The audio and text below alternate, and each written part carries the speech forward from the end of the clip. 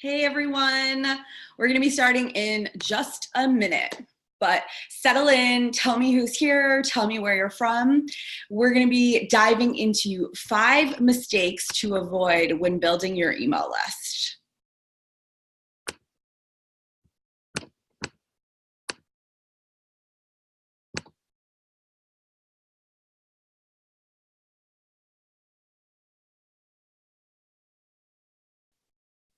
And if you're on, I would love to know, do you have a mailing list? Oh, there's a bunch of you on already. Awesome. We're going to be starting in just a minute. Do you have a mailing list? And what have you tried to build your mailing list? Are you actually happy with the size of your mailing list? So there's a little chat box. Just enter your responses in there.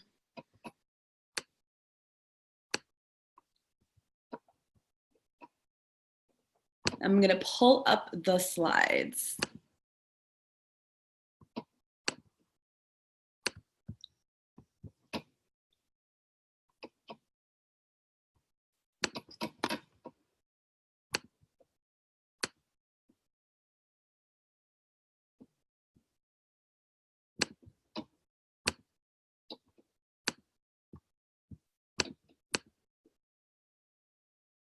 So Anna says she just created a mailing list with MailChimp. That's awesome, Anna. So you're early on in the stages of this.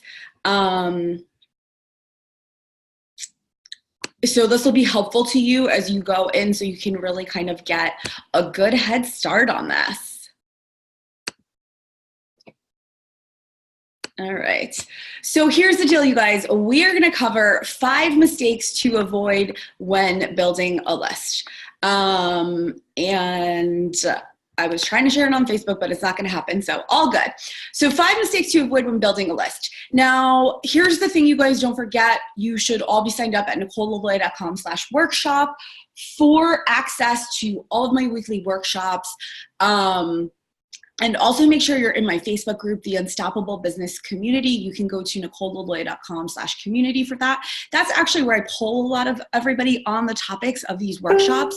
That's what I did for this one. And it was pretty overwhelming that you guys wanted to hear about mistakes to avoid when building an email list. By the way, very interesting. I also polled my audience in the Facebook group on who was happy with the size of their mailing list. And honestly, most people said no. So that's definitely concerning. And I mean, I think that probably for all of us, if you're a high achiever, are you a high achiever or perfectionist? Raise your hand or say hey below. I mean, raise your hand by saying hey. Yes, I am. I think us high achievers are never going to really be happy with our mailing list size, right? Because we're always going to want to be going for more, and that's totally okay. But we want to make sure that, you know, you are at least in a good spot and still working on it. So today you're going to learn how you're losing out on email subscribers because of your website. You're going to learn how to overcome fears about being salesy with your list. You're going to learn how to build a bigger list and what to do about the perfect freebie, right? And if you guys have a freebie, please link to it in the comments. I'm going to go through and check them out later. I'd love to see what your freebies are and what you're using to build your mailing list.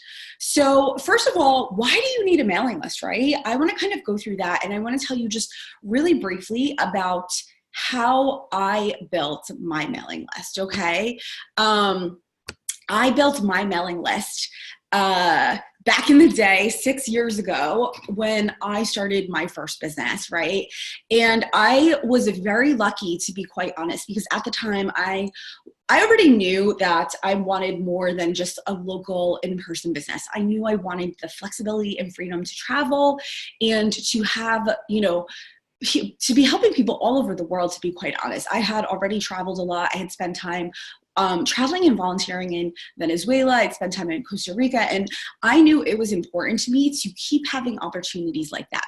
And I knew that meant that I needed to be able to be building a bigger audience, that wasn't just local, right? Although honestly, if you only have a local business, it is also equally important that you're still building your list for that. So that's kind of why back then, though, a lot of local people weren't building business lists as much, but I luckily had the foresight to know that I had a bigger vision for my business. And I wanted to get the foundation in place for that. And I was also working with a coach at the time who really, to be quite honest, was really good about visibility and pitching and things like that.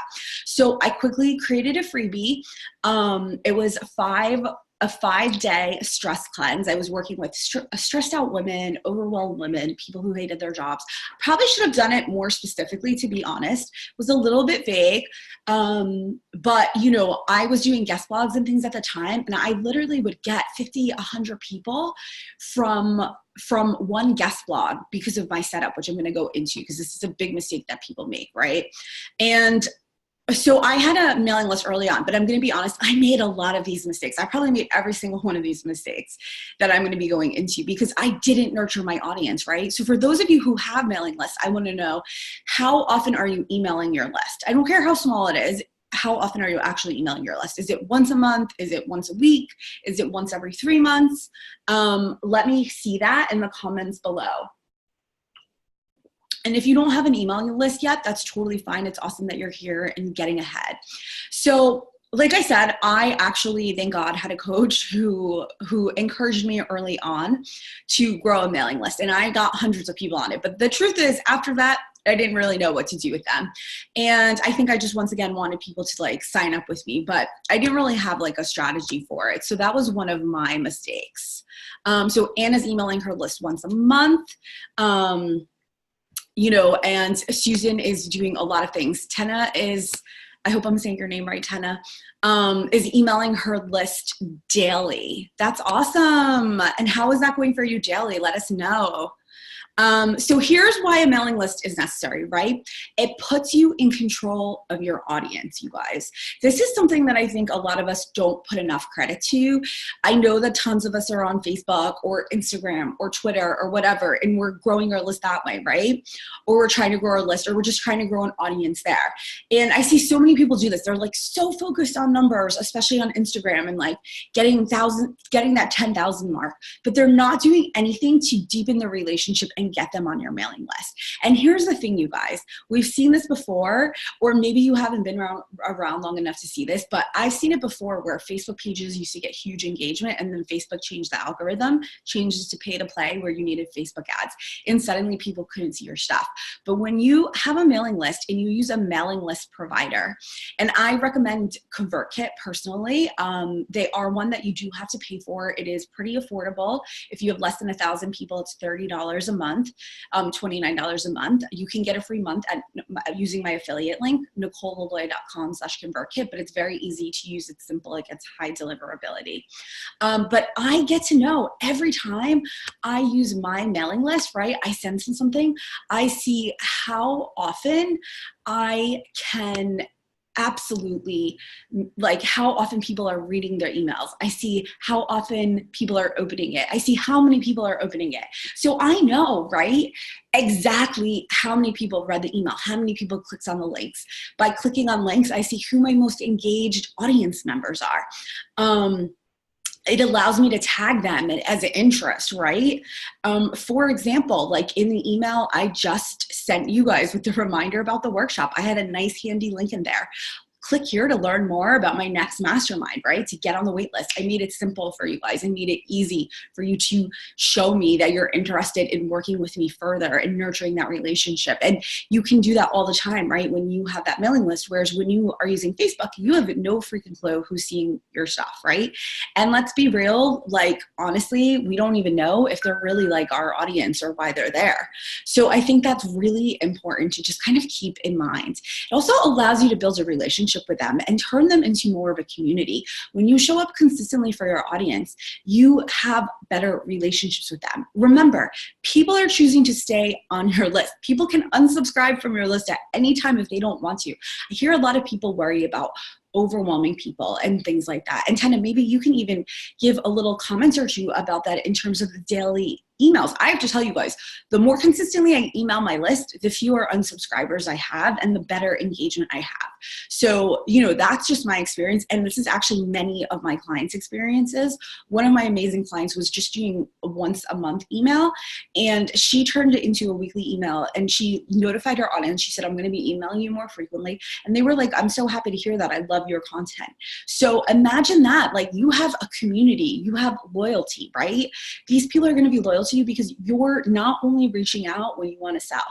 And a mailing list is necessary if you want multiple income streams, right? Like, I didn't want to just have in-person one-to-one clients. I wanted opportunities for other income streams.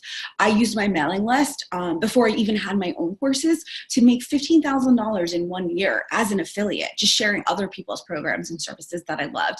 I used my mailing list to kind of gauge interest in a new course. And then I filled, I think, like 20 spots in that first course.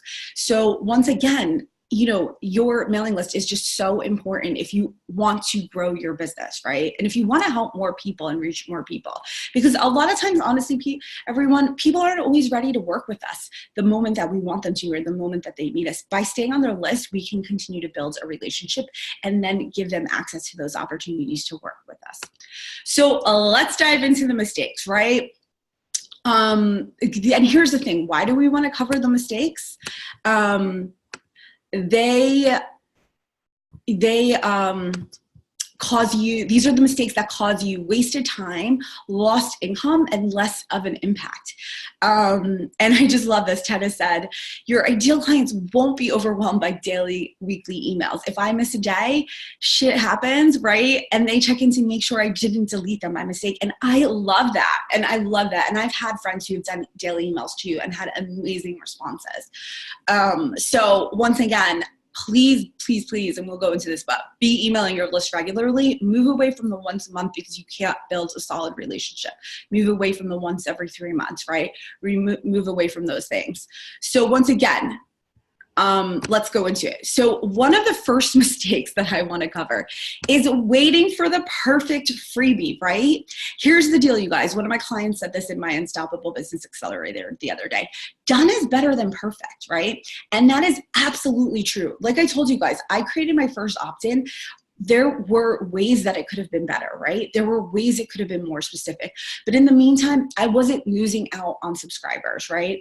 I wasn't losing out on opportunities. I was able to get out there and get visibility, and I was able to build an audience and then learn more about the areas of expertise that I wanted. So I see this all the time where people want to write like a 40-page ebook or do like a 5-part training series.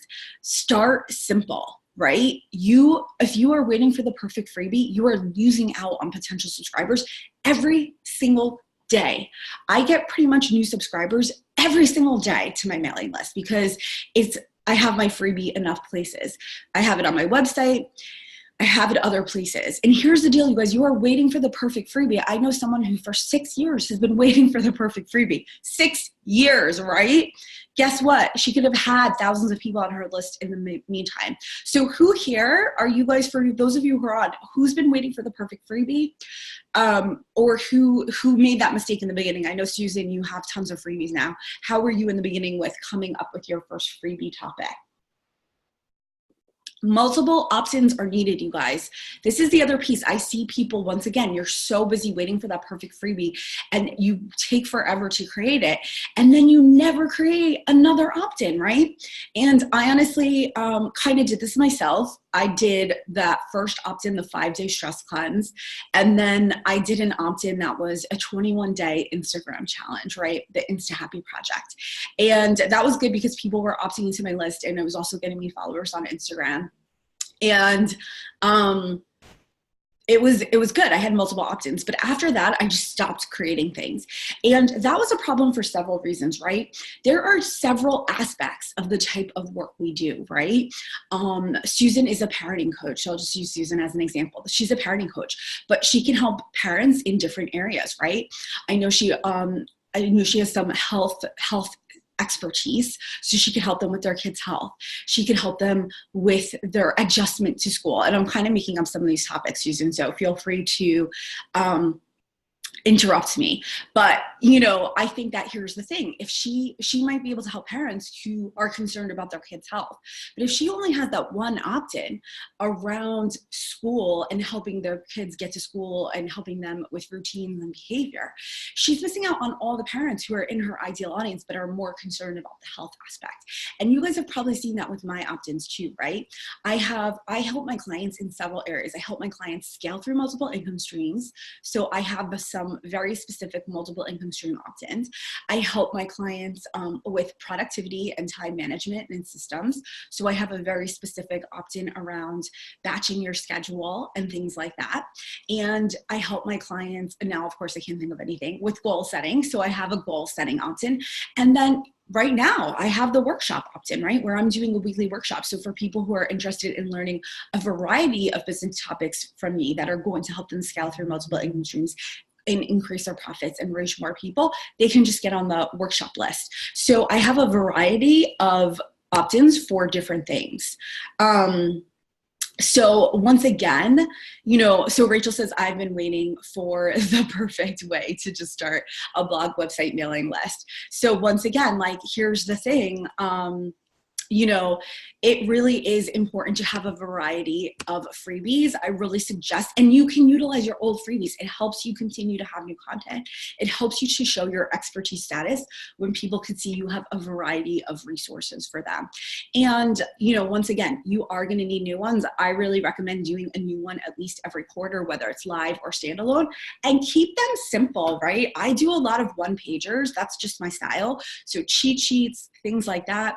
Susan just said she's done a quiz. Quizzes are really popular, you guys, and I've been meaning to create a quiz myself. But once again, start with something super simple to get something out there. I really recommend starting with a cheat sheet, a freebie, a list of some sort to get something up and going. And you can always work on developing more, you know, labor intensive ones like quizzes or a video or something later on. So those are things, that's the number one mistake. Stop waiting for the perfect freebie, okay? Because you are losing out on hundreds and thousands of potential subscribers.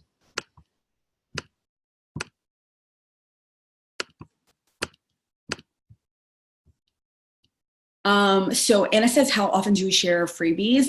And I'll be getting into that a little bit more too. And one of the mistakes. So the second mistake I see is people not having landing pages. Do your freebies have a landing page, you guys? And by landing page, I mean a solo opt-in page. I'm going to share mine. Can you guys see it? You could go to NicoleLaloya.com/batchlikeaboss to see it. See that sample landing page? I'm pulling it up on my screen. If you guys could just let me know if you can actually see it on the screen, that would be great. So I actually use ClickFunnels to make this, but if you use ConvertKit or MailChimp or something like that, they have ways that you can create little landing pages, opt-in pages on through their software. And of course, you can also just kind of build it out on your actual site. I used to make them on my WordPress site. So as you can see, this is a landing page, you guys. This is the big mistake people don't make. They put just a call to action on their website for it, right? So they'll put like, click here to sign up for my freebie, or, you know, it's in the header and that's the only place, right? And then what happens is you're like, hey, go get my Batch Like a Boss cheat sheet. It's at NicoleLaloya.com, right? Rather than NicoleLaloya.com/batchlikeaboss, where all they can do at this site is sign up. So it's really set up. It's basically like a mini sales page for your freebie, right? So this is set up 100% to get people to sign up and opt in, right? And this is actually why I've been getting such bigger list growth than a lot of other people, because when you send them, hey, go to NicoleLaloya.com, find the freebie, people get lost, people get confused, people get distracted, and they click on things and they don't come back, they forget, etc. Do you still want your freebies on your site? Absolutely. But you want to be able to specifically send people to the direct freebie they need. So you should have an outline for every single landing page, okay? Okay, and obviously, Where is my content? Okay, so my content did not show up on this one. So once again, I will make up the reasons for not having landing pages, right? So once again, why you need landing pages. People get distracted. You lose out on potential subscribers. You do lose out on potential subscribers when they have to find them on your website. This is totally a slide fail. People lose out on them when you have to find them on your website. That is not good, right? So you are losing subscribers if they search for it. The other thing is that you need to have a landing page when you are doing guest blogs and podcasts and things like that. You need to be able to send them directly to the site. This is the major error I see, right? People do guest blogs and it's not linked to in the bio, right? I'll just do it right. I'll update the slide right here. You need to be able to link to it in your bio and send them to the direct freebie that you need them to find. So once again, if you're just sending them to NicoleLaloy.com or whatever your site is, people go and look and they don't sign up. You need to be able to use specific calls to action, right? So when you say, at the end of your bio, sign up and learn 20 ways to save time in your business at NicoleLaloy.com/batch like a boss, that is a specific call to action. And that actually allows you to really make sure that you can send them directly to what they need. That means you're sending targeted people there. Those people are opting in because they need it, which means then, hello, how amazing is that you're getting the best leads. You're getting the people who most want to be on your list and can benefit. And once again, too, like you can have these landing pages in your own blog posts, in your social media posts, but it's so much better than saying, hey, learn more about how to do this at, NicoleLaloy.com, and then people have to find it on their own. This is just a very direct way to get better conversions and get more people opting on.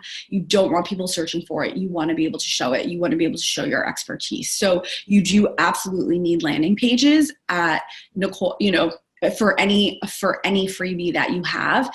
And what's really good too is that, as you get further along, you can see which freebies are doing better. You can model the freebie page, you copy it, right? And just have updated information so that you have high converting pages.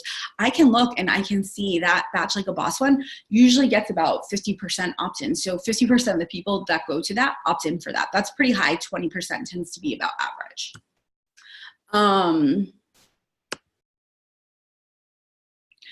Skipping the welcome sequence. This is another list building mistake, right, you guys? So for example, in my early days with my very smart 5-day stress cleanse, had sort of that freebie, but I never led anything. I gave them all that free content and then that was it, right? That ended. And they only heard from me if I sent them another email. And back then I probably wasn't emailing that frequently because I was uncertain about what to email or what to do, right? So I lost their attention early on, right? When you don't have a welcome sequence, and that's a series of emails that go out after the freebie delivery. So the first email delivers the freebie, and then you have a series of emails introducing yourself, introducing your services, maybe linking to some of your best content, right? You have the opportunity in that welcome sequence to build the relationship through micro actions. What's a micro action? A micro action is just a small step that they can take, right? They can join your Facebook group. They can follow you on Instagram. They can read one of your other blogs. It's a way to show your expertise in content by giving them further information on the topic that you're talking about. And once again, it's also an opportunity to ask them to reply to the email and engage with you. And that increases deliverability. When people click on your links in your emails, when people reply to them, that increases deliverability. That means your emails are going to be not ending up in spam as much, okay? When you skip it on the welcome sequence, you guys, you also lose sales opportunities. So your welcome sequence can be designed to sell maybe a course that you have. You can have a welcome sequence that is designed to get people on a consult with you. You can have a welcome sequence that's designed to get people on a wait list for your next program, right? And that's because you're sharing good, genuine content over those few days. A welcome sequence can be 5 to 7 emails over 7 to 10 days, right? And I know that probably sounds like a lot. and you're probably worried people are going to unsubscribe. But guess what? We want people to stay on your list. We want people to unsubscribe if they're not interested, right? We want genuine loyalist people. These people at the end of the 7 days are gonna know who you are and what you do and how you can help them. So hopefully they're already ready to sign up. A lot of times people are ready to sign up. This is a mistake I thought people needed to know me for a year before they signed up with me. Nope, people sign up. I literally did a podcast interview a couple years ago. I got them onto the list through the welcome sequence. I had $5,000 in sales by the time they went through that, right? Because they booked calls with me, they signed up for my programs and my services. So this is, you are losing sales opportunities. So Susan says, so after the freebie, you have a sequence of emails. Yes, Susan, after the freebie, like as part of the free, the first email is like the delivery. And then, starting the next day, you want that intro email, like who are you? How can you help them? That kind of stuff. And it can go through that full sequence. In ConvertKit, use the tag for that, Susan says. So I use the sequence for that. You can actually build out the sequence. So after they opt into the form, then you would add them to the sequence. And of course you can tag them separately too. And here's the thing, you guys, you can use the same sequence for multiple freebies if you write it that way, or you can do a different sequence for each freebie that's really targeted to whatever that freebie is about. It's really up to you. Get one going, and then you can always update it and switch it around later. Once again, ConvertKit is really amazing and is really helpful in terms of ease in doing these things. Yes, there's going to be a learning curve at the beginning, but you can do all the stuff with ConvertKit. And you can go to NicoleLoy.com/ConvertKit if you want the 30-day trial, if you use that affiliate link. So once again, you are not going to be able to build your relationship with people. You're going to lose out on sales opportunities, and you're going to lose their attention early on, right? Because the next mistake that a lot of us make is not staying in touch with your list, right? So once again, Susan, how often did you say you email your list once a week? Tenna does once a day. Anna's doing once a month, but Anna, I know you're going to increase it now. And I honestly do typically a couple a week. So once again, why are you not staying in touch with your list? Here's what I hear from people the most. I don't want to be salesy. I don't want to be pushy. Well, guess what, you guys? We need sales to run businesses, and emailing your list consistently is not being pushy, right? If people think you're pushy, let them unsubscribe. You don't want those people on your list, right? That's what happens. And this is what happens, right? You start overthinking it, you start getting nervous, and then you only show up when you want to sell. That is a big mistake that a lot of people make. I see this all the time. They don't email their list, and then they email their list, and then it's like, oh, I'm launching a program, and then you have to send a bunch of emails for your sales sequence, which is normal. You guys, you're going to have to send more than one email to sell something. And because they're not used to hearing from you regularly, they do start unsubscribing. Or honestly, people don't hear from you, and then you get on their list, and then you send them an email, and they're like, who is this? I don't remember them. They report you to spam. They have no clue who you are. One of my clients in my Unstoppable Business Accelerator program, literally, this is how easy you can get this going, right? She went to an event. She didn't have a mailing list. She went to an event. She got 85 people signed up for her list. Even though she didn't have the tech set up, she knew she had to take advantage. She didn't hesitate, right? She didn't say, well, I don't have this set up, I'm not going to do it. She would have lost out on 85 people who are interested in her services. So she had them sign up, give permission to get on her list when they entered a contest. And she went home and she started setting it up that weekend. And she emailed everyone to reintroduce herself and say, hey, remember, I just connected with you at this event. I'd love to hear more about your health struggles, how I can help you, that kind of thing, right? Now she's going to be sending follow-up emails regularly. So that's it. Like, she's in there, rather than getting that list and then maybe coming back to it in a month and being like, oh, I need clients, right? That's how you end up being salesy. That's why we feel salesy, is because we set ourselves up to do things like this, right? And then you're inconsistent with value. People don't know that you have value. People don't know that you can offer people more things, right? And it's sad, but it happens, right? We are inconsistent with value. We're inconsistent with delivery, and that is not good, right? Now, here's the thing. This is what I see a lot of people do, and this is what a lot of my clients are doing before we work together. And they send that overwhelming newsletter type of email. Okay. And who's sent a newsletter type of email, or who's been on the receiving end of a newsletter type of email, where you get the email and there's literally like 5 to 10 things in it, like 5 of their recent blog articles, links to their future events, links to other content that they find is helpful. And they're trying to make it so freaking valuable, they overwhelm them. Have you ever gotten one of those newsletter emails, or accidentally maybe sent someone one of those? I totally understand if you have, it happens. That is not helpful, right, you guys? Giving people all the overwhelming content in one email, people open that and they're like, I'll come back to this later, right?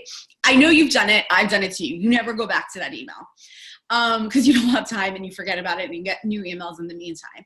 And there was that once a month opportunity to connect with them, gone.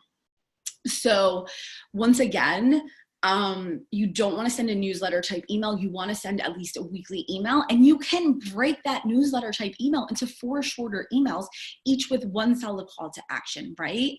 And Susan is talking about batching, and she said she already has all of her February blogs and videos done, which then she's going to repurpose into emails to her list, right? And she says she hates the newsletter type emails. They're so like, I guess such like a 90s, like late 90s, early 2000s vibe, when nobody knew what emails were and like would send those newsletters, right? With just a little header and 18 links to stuff, to junk, right? And that's what I mean, is you can literally, like, that's people's number one concern. Nicole, how am I going to send a weekly email? I have no time. Well, guess what? That 2 hours you're spending putting together that newsletter email that is often over designed and has too many pictures and ends up in spam too, that can be sent, that 2 hours can be broken up into 4 blocks of 30 minutes and you can have your emails done, right? And when you're sending out emails consistently, you're creating more content and you're getting in front of more people and you're bringing more people in. Dennis says batching is everything. Batching is everything, right? Batching is everything. And, you know, I myself have been batching a lot of stuff myself. I've been batching, a lot of social media content, things like that. And it really works well to batch out a few emails because, you know, I think the worst feeling is feeling like I haven't sent an email. I need to send one today. Take that time, pause on that one stress email and write a couple of quick emails, right? And get people familiar with you again. And, you know, if you haven't emailed your list consistently and you're like, how do I do this now? I'm worried. Just let people know, hey, you're going to be hearing from me more often. You have to prep them for it, right? And you can even say in your welcome sequence, I email you guys once a week. Let people know from the start, prepare them. That way it's like not a shock to them. So once again, not staying in touch with your list is a major error. All right, and now we're going back to Anna's original question, right? Not sharing your opt-ins enough. Here's the thing, you guys, you're creating this content and you want to make sure you're sharing it, right? 20% should be in creation, 80% should be sharing. One of my clients is doing a challenge and I was like, you need to be sharing it 80% of your time right now. Like 80% of the time that 100% of the time you have, 20% should be creating it, 80% should be sharing it and getting more people in it, right? So have your opt-ins in multiple places. Have them in the banner on your website, have them in the footer, have them in your blogs, right? Have one on your about page, have them in multiple places on your website. Make sure they are in your pinned Facebook posts, your pinned tweets if you use Twitter. Make sure it's in the link to your bio on Instagram. Make sure you're updating that, you're directing people to that. Make sure it's throughout your different blogs. If you have a variety of opt-ins, you can link people to them, the different opt-ins, which is really awesome, and you know, encouraging people to sign up for it. People need to see things multiple times, right? And you need to create engaging content. I see this all the time. It's like, download this free guide. Tell people why do they need this free guide? How is it going to help them? What problem is it going to solve? So create engaging content. When you're doing Facebook Lives, don't ever waste the Facebook Live without a call to action at the end, right? Have them sign up for your next freebie, have them book a consult, whatever, have them sign up for whatever freebie is most connected to the topic that you're talking about. Use live event opt-ins. A live event opt-in is a challenge, a webinar, it's this workshop series, right? Don't just have, evergreen opt-ins that are good all the time. Make sure you're also using live opt-ins, because that's going to force you in a good way, right? That's going to put pressure and force you into sharing that opt-in a lot for a short period of time, right? So when you have a challenge or you have a webinar, you're going to be all over the place sharing it. You're going to have to share it a lot because it's a live event, and you're going to be paying attention to how many people are signing up. So use those to get new people in. And do you have any other questions about sharing it?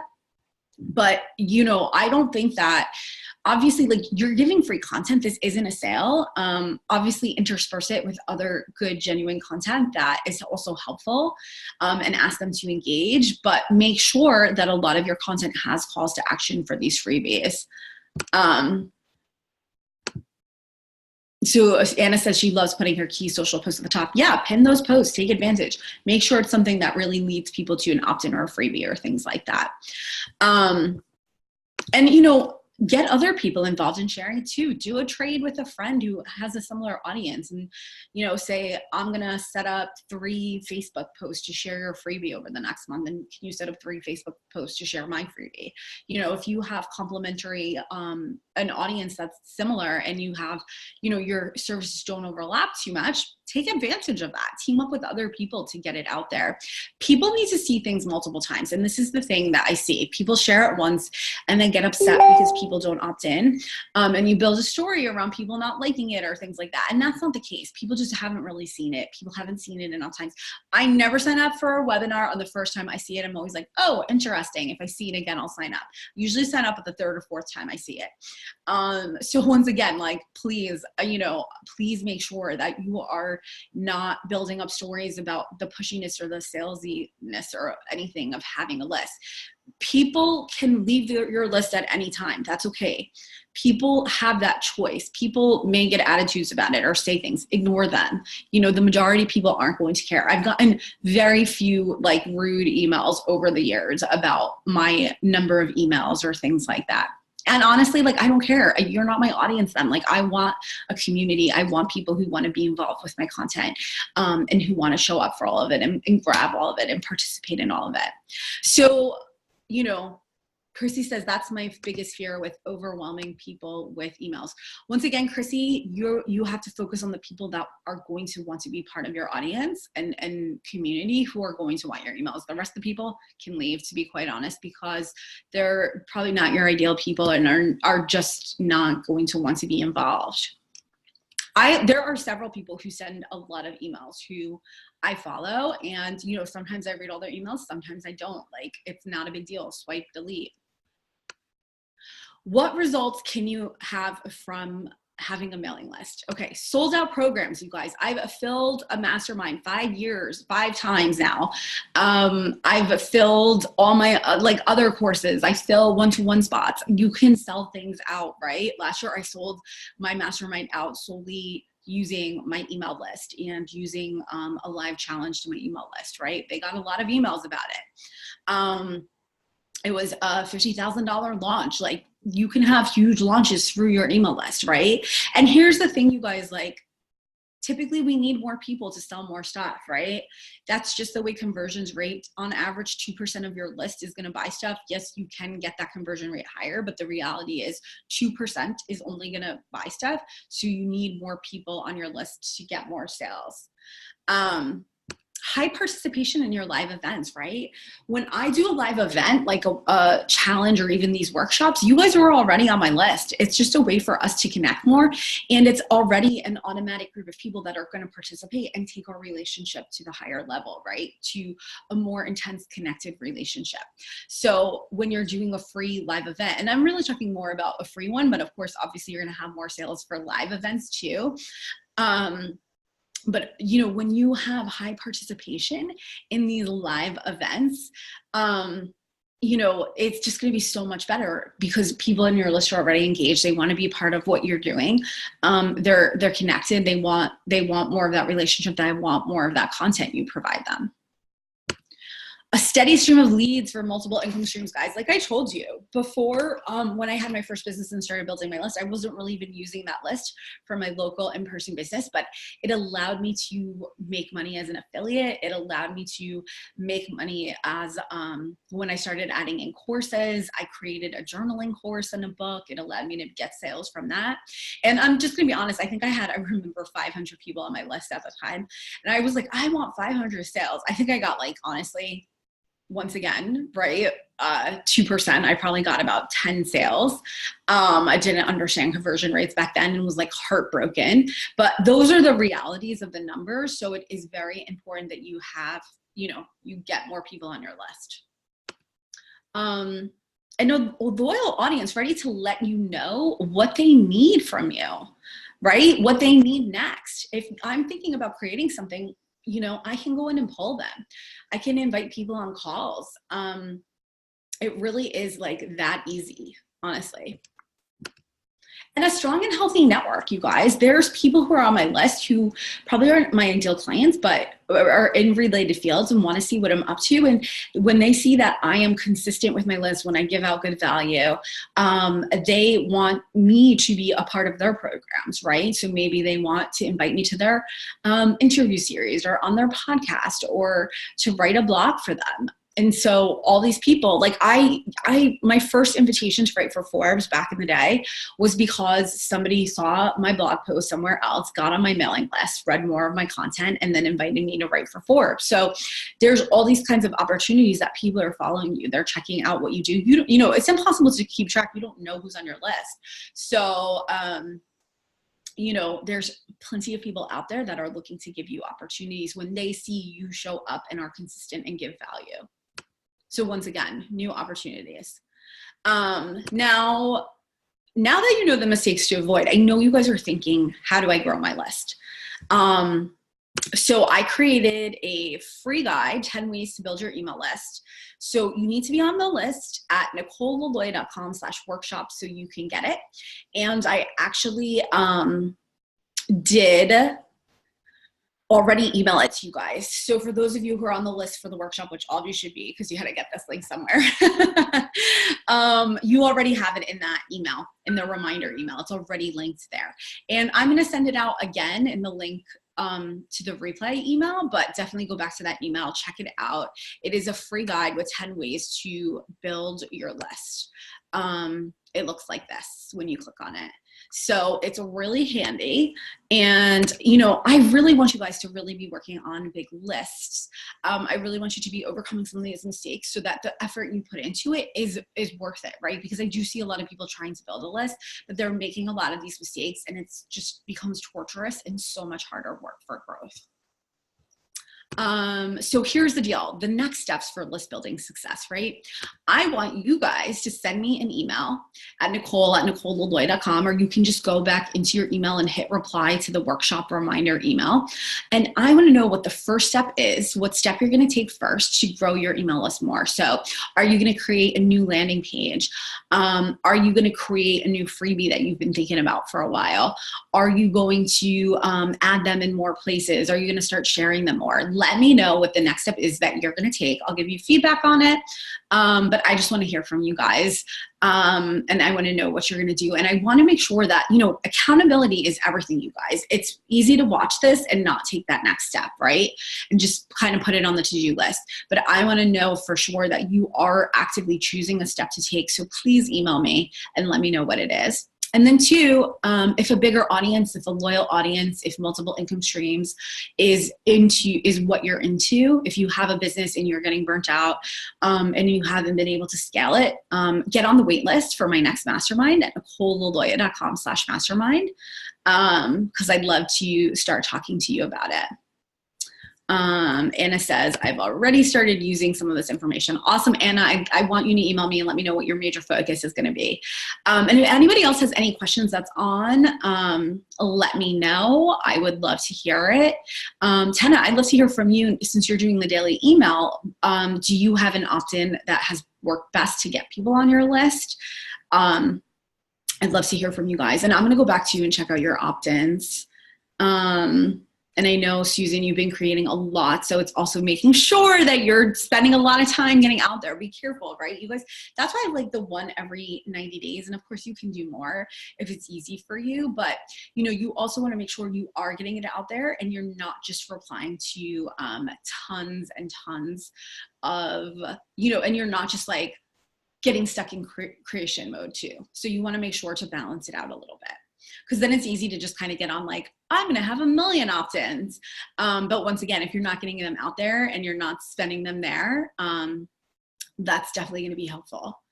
So Susan says, yeah, I'm going to follow up with a welcome sequence. And actually, Susan, I have a good blog post from Brian Harris, who I love, where he analyzed a bunch of people's welcome sequences. And they're pretty intense, but you might get some good ideas from it. So I'll share that with you in my Facebook group. So Nicole, so go to NicoleLaloy.com/community if you guys are not in there, and I'm going to share that Brian Harris email with you guys for those of you who are like, welcome sequences, what do I do? So Chrissy says she feels technically challenged in creating the drips and emails. So Chrissy, one, get your initial email up. Get your freebie up, get one email up. If the drips are overwhelming you, don't worry about that piece yet, but you do need the opt-ins so you can be growing out your list and just sending out regular emails. And hire someone to show you how to do it and walk you through the steps. You can hire a VA for an hour or two at a pretty good price to help you kind of get things set up and show you and create some videos for you so you don't get stuck. And also, I'm not sure what email provider you're using, but ConvertKit has support, so you can also ask support for help too. But I know that the tech piece for me, I always made sure to invest in support because I cannot be bothered with it. To be quite honest, it's not my area of genius and I could not let it hold me back. So I absolutely had people kind of set those things up for me in the beginning and just kind of put aside a few hours to figure it out and then take it from there. All right, everyone, great day today. I am planning on doing the outsourcing, right? 5 tasks to outsource because that was really popular too in the poll next. So you guys are on the list for this, or just make sure, go to NicoleLaloy.com/workshop. And I'll see you guys soon. But if you want any other topic choices or things to go into, just head over to my Facebook group and let me know. All right, everyone, have a great day.